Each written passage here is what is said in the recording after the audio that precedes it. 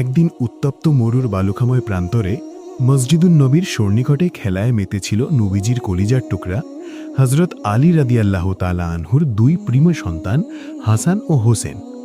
তাদের সঙ্গে ছিল খলিফা হজরত ওমর রাদিয়াল্লাহু তাআলা আনহুর পুত্র আবদুল্লাহ। তিনজনই তখন ছোট নিষ্পাপ শিশু। হাসি, দৌড়ঝাঁপ আর আনন্দে মুখর সময় কাটছিল তাদের। কিন্তু শিশুরা যেমন খেলতে খেলতে কখনো কখনো মনোমালিন্যে জড়িয়ে পড়ে, ঠিক তেমনই একসময় তাদের মধ্যেও কথা কাটাকাটি শুরু হয়ে গেল। খেলায় কোনো এক মুহূর্তে হজরত হুসেন রাদিয়াল্লাহু তাআলা আনহু হঠাৎ রেগে গিয়ে আবদুল্লাহকে বললেন, এই আবদুল্লাহ, তুই তো গোলামের সন্তান, তোর বাবা গোলাম আর তুইও তো গোলামের বাচ্চা গোলাম। এই কথা শুনে আবদুল্লাহর ভেতর আগুন জ্বলে উঠল।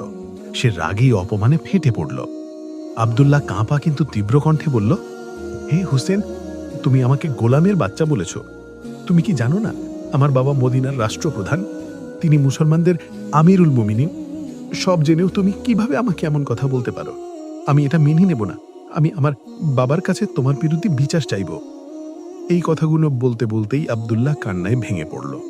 মন খারাপ করে সে খেলাস্থল ছেড়ে বাড়ির দিকে রওনা হয়ে গেল। অন্যদিকে হজরত হুসেন রাদিয়াল্লাহু তাআলা আনহু নিজের কথাই বিশেষ বিচলিত হলেন না। তিনিও খেলাস্থল ছেড়ে ধীরে ধীরে নিজের বাড়ির দিকে ফিরে গেলেন।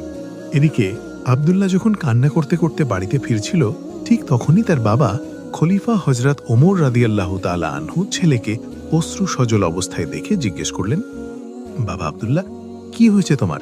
তুমি কাঁদছো কেন? আবদুল্লাহ তখন কিছুটা থমকে গিয়ে কষ্টভরা কণ্ঠে বলল, আব্বাজান, হোসেন আমাকে খুব খারাপ কথা বলেছে। সে বলেছে আমি নাকি গোলামের বাচ্চা গোলাম, বলেছে আমার বাবা গোলাম, আমিও গোলাম। আব্বাজান, আমি আপনার কাছে বিচার চাই। ন্যায় বিচার করে তো আপনার ইমানি দায়িত্ব। ছেলের মুখে এসব কথা শুনে হযরত ওমর রাদিয়াল্লাহু তাআলা আনহুর চেহারা কঠোর হয়ে উঠল। তিনি আর দেরি করলেন না। তৎক্ষণাৎ রাগান্বিত অবস্থায় হযরত আলী রাদিয়াল্লাহু তাআলা আনহুর বাড়ির দিকে রওনা হলেন এবং উচ্চ কণ্ঠে আলীকে ডাকতে লাগলেন। কিছুক্ষণ পর হযরত আলী রাদিয়াল্লাহু তাআলা আনহু বাড়ি থেকে বেরিয়ে এলেন। তখন হযরত ওমর রাদিয়াল্লাহু তাআলা আনহু বললেন, ভাই আলী, আমার ছেলে আবদুল্লাহ তোমার ছেলে হুসাইনের বিরুদ্ধে অভিযোগ করেছে। আমি জানতে এসেছি এই অভিযোগ সত্য না মিথ্যা। তুমি তোমার পুত্র হুসাইনকে ডাকো। হযরত আলী রাদিয়াল্লাহু তাআলা আনহু সঙ্গে সঙ্গে হুসাইনকে ডাকলেন। এরপর খলিফা হযরত ওমর রাদিয়াল্লাহু তাআলা আনহু নিজেই 6 বছরের ছোট শিশু হুসাইনকে প্রশ্ন করলেন, হে হুসাইন, তুমি কি আমার পুত্র আবদুল্লাহকে গোলামের বাচ্চা গোলাম বলে গালি দিয়েছ? নিষ্পাপ অথচ সত্যবাদী শিশু হযরত ইমাম হুসাইন রাদিয়াল্লাহু তাআলা আনহু এক মুহূর্ত দ্বিধা না করে বললেন, হ্যাঁ, আমি তাকে গোলামের বাচ্চা গোলাম বলেছি। এই কথা শুনে হযরত ওমর রাদিয়াল্লাহু তাআলা আনহু হযরত আলী রাদিয়াল্লাহু তাআলা আনহুর দিকে তাকিয়ে বললেন, হে আলী, তুমি নিজেই শুনলে তোমার ছেলে আমার ছেলের প্রতি এই কথা বলেছে। তাই আগামীকাল জুম্মার নামাজের পর মসজিদুন নববীতে হুসাইনের বিচার হবে। সকল মানুষের সামনে এই বিচার সম্পন্ন করা হবে। তুমিও তোমার ছেলে দুজনকেই সেখানে উপস্থিত থাকতে হবে। পরদিন ছিল জুম্মার দিন। জুম্মার নামাজ শেষে মসজিদুন নববীর প্রাঙ্গণে হাজার হাজার সাহাবী উপস্থিত ছিলেন। জুম্মার দিনে যেমন সবাই একত্রিত হয়, সেদিনও পুরো মসজিদ ছিল পরিপূর্ণ। ঠিক তখন হযরত ওমর রাদিয়াল্লাহু তাআলা আনহু উচ্চ কণ্ঠে বললেন, এ আল্লাহ রসুলের সাহাবীগণ, আজ মসজিদুন নববীতে একটি বিচার সম্পন্ন করা হবে। আলীর পুত্র হুসাইন আমার পুত্র আবদুল্লাহকে গোলামের বাচ্চা গোলাম বলে গালি দিয়েছে। যদি হুসাইন এই কথার পক্ষে সঠিক কোনো ব্যাখ্যা দিতে না পারে, তবে তাকে কঠিন শাস্তির সম্মুখীন হতে হবে। এই কথা বলার সঙ্গে সঙ্গেই হযরত ওমর রাদিয়াল্লাহু তাআলা আনহু উপস্থিত সকল সাহাবীর সামনে বিষয়টি পরিষ্কার করে জানিয়ে দিলেন। ওমরের কণ্ঠে দৃঢ়তা ছিল, চোখে ছিল ন্যায়ের দীপ্তি। তার কথা শোনা মাত্রই সাহাবীদের মাঝে ফিসফাস শুরু হয়ে গেল। কেউ একজন বললেন, এই তো সেই অমর যিনি নিজের পুত্র আবু শাহামা সামান্য মদ পান করার অপরাধেও চাবুকের শাস্তি থেকে রেহাই দেননি। আর একজন বললেন, যার চাবুকের আঘাতে নিজের সন্তানও প্রাণ হারিয়েছে, সেই ওমরের হাতে যদি আজ হোসাইনের বিচার হয়, তা আমরা কিভাবে সহ্য করব?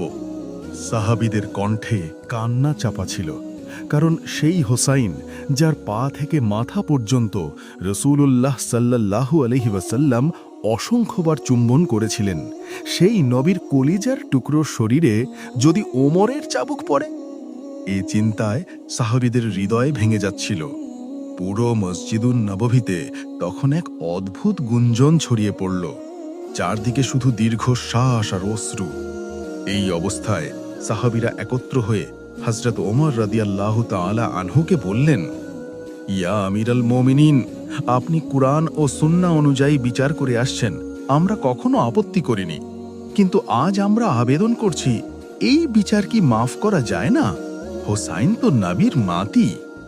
সাহাবীদের এই কথা শুনে হযরত ওমর কিছুক্ষণ নীরব হয়ে গেলেন। তারপর দৃঢ় কণ্ঠে বললেন, হে রসূলের সাহাবীগণ, কিয়ামতের দিন যখন আমি আল্লাহর দরবারে দাঁড়াবো, আর আল্লাহ যদি আমাকে জিজ্ঞেস করেন, ওমর তুমি কি ন্যায় বিচার করেছিলে, আর আমি যদি বলি হ্যাঁ, তখন যদি আল্লাহ বলেন তোমার কাছে এক বিচার এসেছিল কিন্তু নবীর নাতি বলে তুমি তা সম্পন্ন করনি, তখন কি তোমরা কেউ আমার হয়ে জবাব দিতে পারবে? তিনি আরও বললেন, আমি জানি তোমাদের কেউ সেই দায়িত্ব নিতে পারবে না, তাই আজ আমাকে হকের ওপর অটল থেকে বিচার সম্পন্ন করতে হবে।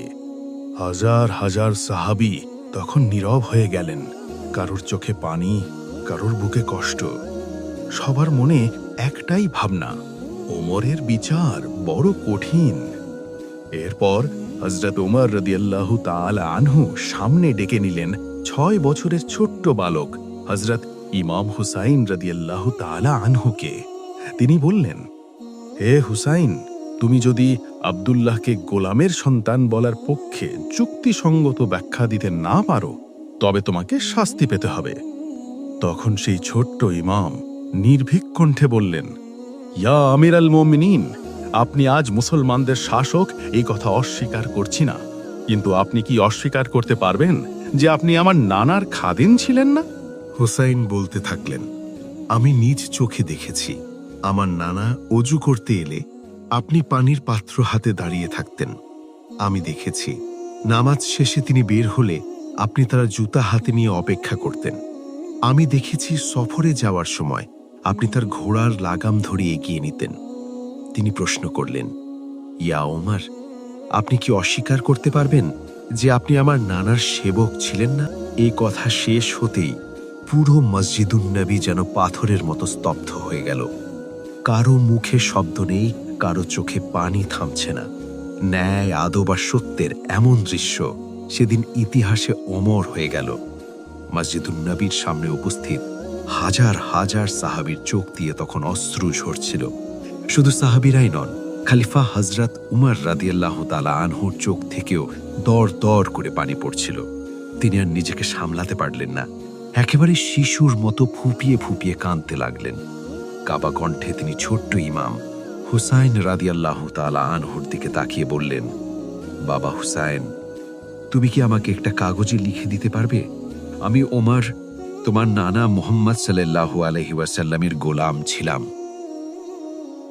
ইমাম হুসাইন শান্ত কণ্ঠে উত্তর দিলেন, হ্যাঁ, আমি অবশ্যই লিখে দিতে পারবো। তারপর হযরত হুসাইন রাদিয়াল্লাহু তাআলা আনহু একটি কাগজে লিখে দিলেন, আমার নানা মুহাম্মদ সাল্লাল্লাহু আলাইহি ওয়াসাল্লামের গোলাম ছিলেন হযরত উমর। হযরত উমর রাদিয়াল্লাহু তাআলা আনহু সেই কাগজের টুকরাটি হাতে নিলেন। তারপর মসজিদুন নবীর সামনে দাঁড়িয়ে উপস্থিত সকল সাহাবীর উদ্দেশ্যে বললেন, হে আল্লাহর নবীর সাহাবীগণ, যেদিন আমি এই দুনিয়ায় থাকব না, যেদিন আমি ইন্তেকাল করব, তোমরা আমার কাফনের কাপড়ের ভেতরে এই কাগজের টুকরাটি রেখে দিও। তিনি আরও বললেন, কিয়ামতের দিন যখন আমি উমর হাসরের ময়দানে আল্লাহর কাঠগড়ায় দাঁড়াবো, যদি আমার সারা জীবনের কোনো আমল আল্লাহর কাছে কবুল না হয়, তবে আমি এই কাগজটি তুলে ধরে বলবো, হে আল্লাহ, তোমার হাবিবের প্রিয় নাতি হোসাইন নিজ হাতে লিখে দিয়েছে, আমি তোমার বন্ধু মুহাম্মদ সাল্লাল্লাহু আলাইহি ওয়াসাল্লামের গোলাম ছিলাম। হে আল্লাহ, তুমি কি তোমার বন্ধুর গোলামকে জাহান্নামে নিক্ষেপ করবে? কাঁদতে কাঁদতে তিনি বললেন, আমি দৃঢ়ভাবে বিশ্বাস করি এই কাগজের বিনিময়ে হলেও আল্লাহ রাব্বুল আলামিন আমাকে তার আদালত থেকে মুক্তি দিয়ে দেবেন। এরপর হযরত ওমর রাদিয়াল্লাহু তাআলা আনহু নিজের পুত্র আব্দুল্লাহ রাদিয়াল্লাহু তাআলা আনহুর দিকে তাকিয়ে বললেন, বাবা আব্দুল্লাহ, আজকের পর আর কখনো হোসাইনের বিরুদ্ধে কোনো অভিযোগ আনিস না। কিয়ামতের দিন তুইও যখন আল্লাহর দরবারে দাঁড়াবি, তখন বলবি, আমি গোলামের সন্তান, আল্লাহর বন্ধুর গোলাম ছিল আমার বাবা, আর আমি তারই সন্তান। তিনি দৃঢ় কণ্ঠে বললেন, আমি বিশ্বাস করি আল্লাহ তাআলা তার বন্ধুর গোলামদের কখনোই জাহান্নামে নিক্ষেপ করবেন না। হযরত হুসাইন রাদিয়াল্লাহু তাআলা আনহু ছিলেন সকলের প্রিয়। তিনি ছিলেন সাহাবীদের চোখের মণি। সবাই তাকে অসম্ভব ভালোবাসতেন। একদিন হযরত মুহাম্মদ সাল্লাল্লাহু আলাইহি ওয়াসাল্লাম মসজিদুন নবীর বারান্দায় বসে সাহাবীদের কোরআনের শিক্ষা দিচ্ছিলেন। ঠিক সেই সময় ছোট্ট হযরত হুসাইন রাদিয়াল্লাহু তাআলা আনহু সেখানে এসে উপস্থিত হলেন। সেই সময় হযরত আবু বকর সিদ্দিক রাদিয়াল্লাহু তাআলা আনহু হযরত হুযায়ফা রাদিয়াল্লাহু তাআলা আনহুর পাশে বসেছিলেন। তিনি লক্ষ্য করলেন হুসাইন সরাসরি রাসূলুল্লাহ সাল্লাল্লাহু আলাইহি সাল্লামের দিকে এগিয়ে যাচ্ছেন। তখন আবু বকর সিদ্দিক রাদিয়াল্লাহু তাআলা আনহু হুযায়ফাকে বললেন, হে হুযায়ফা, যদি হুসাইন এখন তার নানার কাছে পৌঁছে যায় তাহলে রাসূলুল্লাহ তার দিকে মনোযোগ দেবেন এবং তার সাথে খেলতে শুরু করবেন। এতে আমরা নবীর বরকতময় কথা ও কুরআনের শিক্ষা থেকে বঞ্চিত হয়ে যাব। এই কথা বলে তিনি হুযায়ফাকে অনুরোধ করলেন হুসাইনকে একটু থামাতে। হযরত হুযায়ফা রাদিয়াল্লাহু তাআলা আনহু তখন হুসাইনকে কোলে তুলে নিয়ে আদর করে বললেন, বাছা হুসাইন, তোমার নানা এখন খুব গুরুত্বপূর্ণ কাজে ব্যস্ত। তিনি আমাদের শিক্ষা দিচ্ছেন। তুমি এখন বাড়ি চলে যাও, পরে এসে তার সাথে দেখা করবে। এই কথা শুনে হযরত হুসাইন রাদিয়াল্লাহু তাআলা আনহু আবেগ ভরে বললেন, তোমরা আমার নানার কথা শুনছো কারণ তোমরা জানো তিনি আল্লাহর নবী, কিন্তু আমি তো তার নাতি। তবুও তোমরা আমাকে তার কাছে যেতে দিচ্ছ না। আমি কি তার সাথে দেখা করার যোগ্য নই? তোমরা কি মনে করো আমি তার চেয়ে কম? তিনি আরো বললেন, আমি কখনোই আমার নানার মর্যাদা থেকে কম নই। এই কথাগুলো হযরত আলী রাদিয়াল্লাহু তাআলা আনহুর কানে পৌঁছালো। তিনি সঙ্গে সঙ্গে রেগে গেলেন। দ্রুত এগিয়ে এসে হুযায়ফার কোল থেকে হুসাইনকে নিজের কোলে তুলে নিলেন। তারপর কঠোর কিন্তু স্নেহভরা কণ্ঠে বললেন, হে হুসাইন, তুমি কি কথা বলছো? তুমি কি জানো না তিনি আল্লাহর রাসূল? তার মাধ্যমেই পুরো সৃষ্টি জগৎ সৃষ্টি হয়েছে। তার মর্যাদা ও সম্মানের সাথে কারো তুলনা করা যায় না। আর তুমি আমার সন্তান হয়েও রাসূল আকরাম সাল্লাল্লাহু আলাইহি ওয়াসাল্লামের মর্যাদা নিয়ে এমন বেয়াদবিমূলক কথা বলছো। হযরত আলী রাদিয়াল্লাহু তাআলা আনহুর এই কঠোর বাক্য শুনে ছোট্ট হযরত হুসাইন রাদিয়াল্লাহু তাআলা আনহু আরো কিছু বলতে উদ্যত হলেন, কিন্তু হযরত আলী তাকে আর সুযোগ দিলেন না। তিনি মুহূর্তের মধ্যেই নিজের দুই হাত দিয়ে হুসাইনের মুখ চেপে ধরলেন। চাপটা এতটাই তীব্র ছিল যে হুসাইনের দাঁতে আঘাত লাগে এবং তার ঠোঁট ফেটে রক্ত বেরিয়ে আসতে শুরু করে। যখন হযরত হুসাইন রাদিয়াল্লাহু তাআলা আনহুর মুখ থেকে রক্ত ঝরতে লাগলো, তখন তিনি ব্যথায় কাতর হয়ে চিৎকার করে বললেন, হে আমার নানার সাহাবীরা, তোমরা কেন আমাকে আমার নানার কাছে যেতে দিচ্ছ না? তোমরা যার কথা শুনছো আমি সেই রাসূলের নাতি। আমি তার থেকে কোনো অংশেই কম নই। ব্যথা আর আবেগে তার মুখ থেকে আরো বেরিয়ে এলো, আমি হুসাইন, আমি বলছি আমি সেই রাসূলের চেয়ে কয়েক গুণ শ্রেষ্ঠ। এই কথা শোনা মাত্রই হযরত ওমর ফারুক রাদিয়াল্লাহু তাআলা আনহু প্রচণ্ড রেগে গেলেন। তিনি তৎক্ষণাৎ তলোয়ার বের করে দাঁড়িয়ে পড়লেন এবং হযরত আলী রাদিয়াল্লাহু তাআলা আনহুর দিকে তাকিয়ে বললেন, হে আলী, তোমার ছেলের রাসূলের সম্মুখে এমন বেয়াদব কথা কিভাবে বলতে পারে? যদি আমার ছেলে আব্দুল্লাহর মুখ থেকে এমন একটি শব্দ বের হতো, আমি তাকে সেই মুহূর্তেই শাস্তি দিতাম। হযরত ওমর রাদিয়াল্লাহু তাআলা আনহুর এই কথা শুনে হযরত আলী রাদিয়াল্লাহু তাআলা আনহু আর কিছু না বলে হুসাইনকে নিয়ে মসজিদে নববী থেকে বের হতে লাগলেন। ঠিক সেই মুহূর্তে অন্য দিক থেকে ভেসে এলো রাসূল আকরাম সাল্লাল্লাহু আলাইহি ওয়াসাল্লামের সুমধুর কণ্ঠস্বর, হে আলী, আমার কলিজার টুকরো, আমার নাতিকে আমার কাছে আসতে দাও। এই ডাক শুনে হযরত আলী রাদিয়াল্লাহু তাআলা আনহু থমকে গেলেন। তিনি সঙ্গে সঙ্গে হুসাইনকে নিচের কোল থেকে নামিয়ে দিলেন। শাহীনতা পেয়েই হযরত হুসাইন রাদিয়াল্লাহু তাআলা আনহু দৌড়ে গিয়ে তার নানার কোলে উঠে বসলেন। তিনি কপাল ও গালে চুমু খেতে খেতে আবেগ ভরে বললেন, ও আমার প্রিয় নানা, আমি তো শুধু আপনার কাছে আসতে চেয়েছিলাম, কিন্তু আপনার সাহাবী হুযায়ফা আমাকে আপনার কাছে আসতে দিলেন না। আর আমার বাবা আলী আমার মুখ এমন শক্ত করে চেপে ধরেছিলেন যে দেখুন আমার ঠোঁট ফেটে রক্ত বেরিয়ে আসতে শুরু করেছে। তিনি আরো বললেন, এই রাগ আর ব্যথার মধ্যেই আমার মুখ থেকে বেরিয়ে গিয়েছিল যে আমি আপনার চেয়ে কোনো অংশে কম নই, বরং শ্রেষ্ঠ। না না, আপনি আমার এই কথায় রাগ করবেন না, আমাকে ক্ষমা করে দিন। হুসাইনের মুখে সব কথা শুনে রাসূল আকরাম সাল্লাল্লাহু আলাইহি ওয়াসাল্লাম হাসলেন, স্নেহ ভরে বললেন, হে আমার নাতি, আমি তোমার কথায় কোনো কষ্ট পাইনি, আমি তোমাকে ক্ষমা করে দিয়েছি।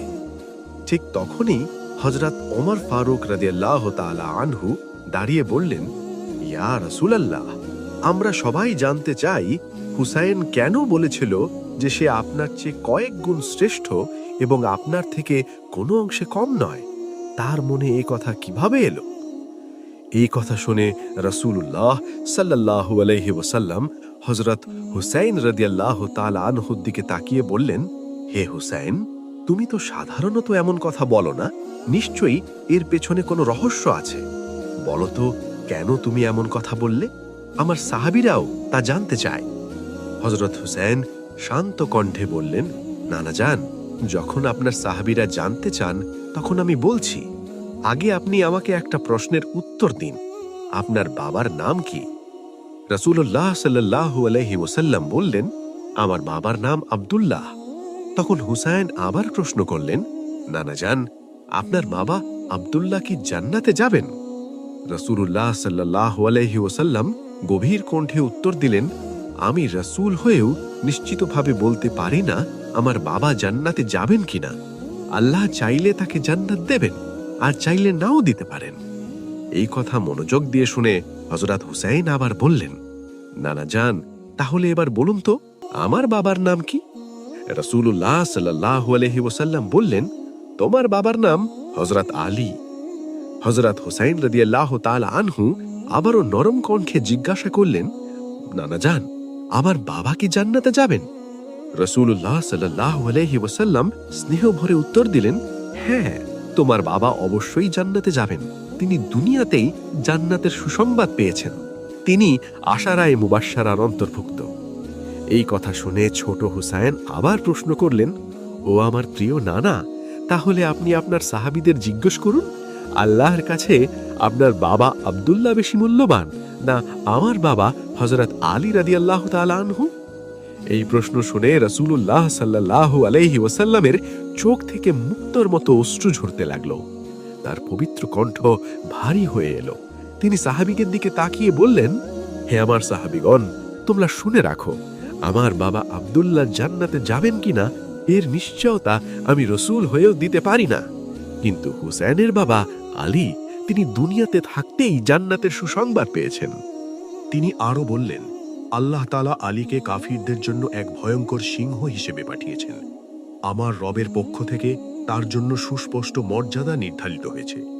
নিঃসন্দেহে আল্লাহ রাব্বুল আলামিনের কাছে আমার বাবা আব্দুল্লাহর তুলনায় হুসাইনের বাবা আলী রাদিয়াল্লাহু তাআলা আনহুর মর্যাদা বহু গুণ বেশি। এই সময়ে হযরত হুসাইন রাদিয়াল্লাহু তাআলা আনহু আবার আবেদন করলেন, নানা যান, এবার বলুন তো আপনার মায়ের নাম কি? রাসূলুল্লাহ সাল্লাল্লাহু আলাইহি ওয়াসাল্লাম বললেন, আমার মায়ের নাম আমেনা। হুসাইন আবার প্রশ্ন করলেন, আপনার মা কি জান্নাতে যাবেন? রাসূলুল্লাহ সাল্লাল্লাহু আলাইহি ওয়াসাল্লাম গভীর কণ্ঠে বললেন, আমার মা জান্নাতে যাবেন কিনা এর নিশ্চয়তা আমি রাসূল হয়েও দিতে পারি না। আল্লাহ চাইলে তাকে জান্নাত দেবেন, আবার চাইলে নাও দিতে পারেন। এই কথা শুনে হযরত হুসাইন রাদিয়াল্লাহু তাআলা আনহু দৃঢ় কণ্ঠে বললেন, নানা যান, আপনি কি জানেন আমার মাকে? আমার মা হলেন জান্নাতের নারীদের সর্দারিনী। তিনি দুনিয়াতেই জান্নাতের সুসংবাদ পেয়েছেন। যতক্ষণ পর্যন্ত আমার মা জান্নাতে প্রবেশ না করবেন, ততক্ষণ অন্য কোনো নারী জান্নাতে প্রবেশ করবে না। তিনি আবার বললেন, তাহলে নানা যান, এখন আপনার সাহাবীদের বলুন, আল্লাহর কাছে আপনার মা আমেনা বেশি মূল্যবান না আমার মা ফাতেমা রাদিয়াল্লাহু তাআলা আনহু বেশি মূল্যবান? এই কথা শুনে রাসূলুল্লাহ সাল্লাল্লাহু আলাইহি ওয়াসাল্লামের চোখ অশ্রুতে ভরে গেল। তার দাড়ি মোবারক ভিজে যেতে লাগল। তিনি সাহাবীদের উদ্দেশ্যে বললেন, হে আমার সাহাবীগণ, তোমরা শুনে রাখো, আমার মা আমেনা জান্নাতে যাবেন কিনা তার ফয়সালা আল্লাহর হাতে, কিন্তু হুসাইনের মা ফাতেমা, তিনি দুনিয়াতেই জান্নাতের অনুমতি পেয়ে গেছেন।